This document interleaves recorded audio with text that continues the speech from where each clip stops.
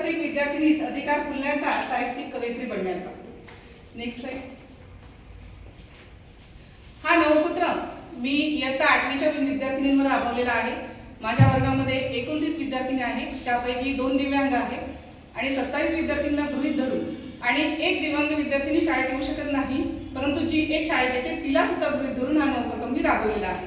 तर माझ्या नवोपक्रमाची गरज ही होती की माझ्याकडे जो 8वा वर्ग आहे अत्यंत हुशार मुली, तोंडपाठ द्या काहीही सांगा, त्या अत्यंत प्रभावीपणे सांगतात, पण कुठेतरी भाषण करताना किंवा संभाषण करताना त्यांना अडथळा येतो, संवाद लेखन करताना अडथळा येतो. आणि जेव्हा मी पॅटचे पायाभूत चाचणीचे पेपर पाहिले त्या स्व अभिव्यक्तीवरती काही प्रश्न होते. ते प्रश्न असे होते की चित्र वर्णन करा, कल्लईचं चित्र दिलेले होते. त्यानंतर संवाद लेखन होतं की तुझे बाबा शाळेत गेलेले आहेत आणि ऍडमिशन घ्यायची आहे, तर मुख्याध्यापकांच्या सोबत वडिलांचा संवाद कसा असेल, किंवा गोष्ट मुद्दे दिलेले आहेत, गोष्ट लिहायची आहे, शीर्षक द्यायचं आहे. जेव्हा मी ते पेपर तपासले तेव्हा माझ्या असं लक्षात आलं की त्यांनी अपेक्षित उत्तरं लिहिलेली नव्हती, गोंधळ झालेला दिसला, वाक्यरचना मागे पुढे झालेली दिसली. मग मला असं वाटलं की हा नवोपक्रम मला राबवायचा आहे. आणि आपण पाहतो डिजिटल युगामध्ये वाचनाच्या पासून विद्यार्थी दुरावत आहेत. तर माझ्या हे लक्षात आलं की त्यांची शब्द संपत्ती, वाचनाचा अभाव या गोष्टींची कमतरता असल्यामुळे त्यांना या अडचणी येत आहेत. आता नवोपक्रमाचे वेगळेपण काय आहे पहा. आपल्या विचारांना सुंदर अचूक प्रभावी शब्दात मांडण्याची क्षमता, विकास, सर्जनशीलतेला चालना, जसं काव्यलेखन, चारोळलेखन, निबंध लेखन, प्रवास वर्णन या सारख्या प्रकारातून कल्पनाशक्ती वाढते.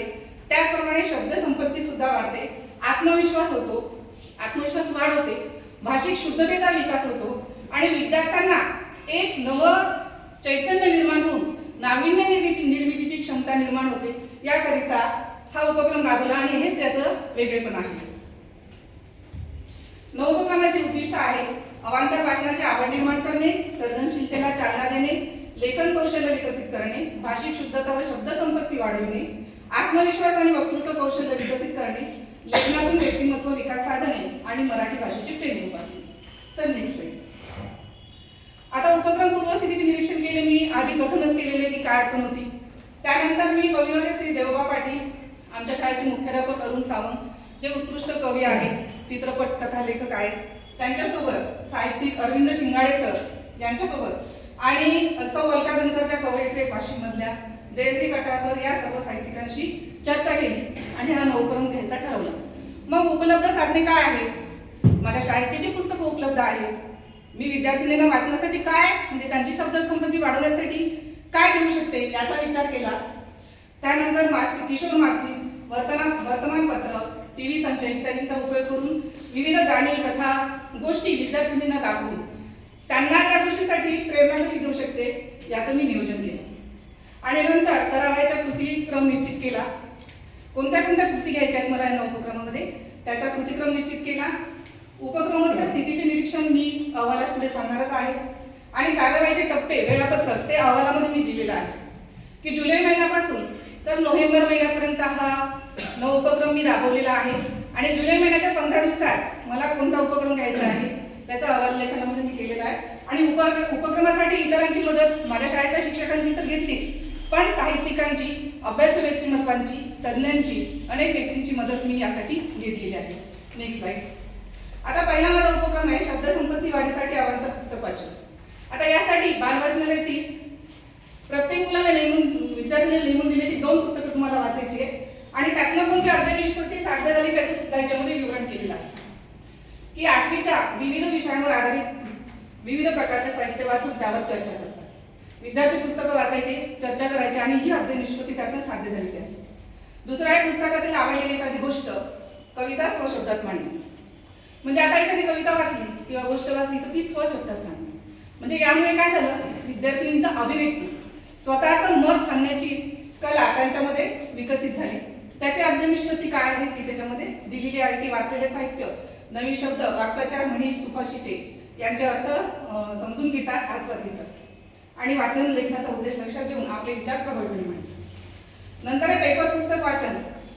यातील अपरिचित शब्द लिहिणे, चर्चा करणे आणि संख्या निरसन करणे. पेपर मधले किंवा अपरिचित शब्द लिहिले विद्यार्थ्यांनी अशा वह्या तयार केलेल्या आहेत आणि त्यांनी त्याच्यामध्ये अपरिचित शब्द लिहिले की ज्यांना त्याचा अर्थच माहित नाही. ते अर्थ त्यांनी म्हणजे ते लिहून आणले. मग चर्चेद्वारे आम्ही त्यांचा म्हणजे त्यांच्या ज्या शंका दिसून होत्या त्या करून घेतल्या विद्यार्थ्यांच्या. Next slide. त्यानंतर यमक जुळणारे शब्द लेखन केले. यमक जुळणारे शब्द लेखन व वाचन केल्यामुळे विद्यार्थिनींना भाषेचा ताल, लय आणि गोडवा अनुभवता आला. कारण आपल्याला माहिती आहे की कुठलंही लेखन करायचं म्हटलं, समजा काव्य लेखन असेल, चालू लेखन असेल, तर त्याला यमक जुळणे खूप गरजेचे आहे. आणि त्यातनं होणारी अर्धनिष्पत्ती सुद्धा तिथे लिहिलेली आहे.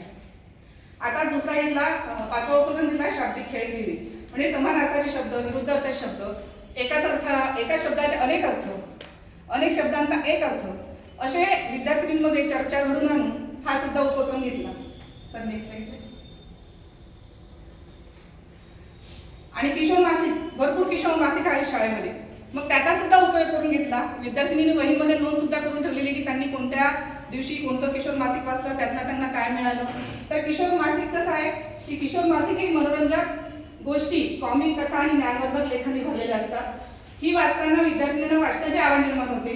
त्या पुस्तकाकडे आपोआप आकर्षित होतात आणि वाचन संस्कृतीचा विकास होतो. कथा, कविता, संवाद आणि लेखनामधील शब्दप्रयोग, वाक्यरचना आणि भाषाशैली समजून घेतल्याने विद्यार्थिनींची शब्दसंपत्ती वाढते, लेखन सुधारते, उच्चार शुद्ध होतात आणि विचारशक्ती व कल्पना वाढते. त्यातनं साध्य होणारी अर्धनिष्पत्ती खाली लिहिली आहे. मग 5 सप्टेंबर होता. 5 सप्टेंबरच्या वेळेस विद्यार्थिनींना वाटत होतं की आमच्या शिक्षकांसाठी आम्ही काहीतरी नाविन्यपूर्ण उपक्रम घेतला पाहिजे. 6व्या वर्गाने खेळ घेतला. माझ्या वर्गाला राग आला की त्यांनी खेळ घेतले, आता आम्ही तुमच्यासाठी काय करायचं. तर मी विद्यार्थ्यांना टास्क दिला की तुम्ही तुमच्या शिक्षकांच्या गुणांवर आधारित काव्यलेखन करा. इतकं उत्कृष्ट काव्यलेखन केलं त्या विद्यार्थिनींनी. देवगुंडे मॅडम पण आहेत माझ्या शाळेत, त्यांना पण दिलं होतं. तर त्यांनी एक कागदावर लिहिलं, त्याला लॅमिनेशन करून आम्हाला ते गिफ्ट केलेलं आहे. तर एक फोटो तुम्हाला दिसत.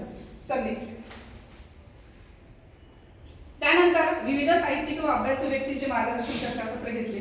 याच्यामध्ये देवबा पाटील. आता देवबा पाटील कोण आहेत.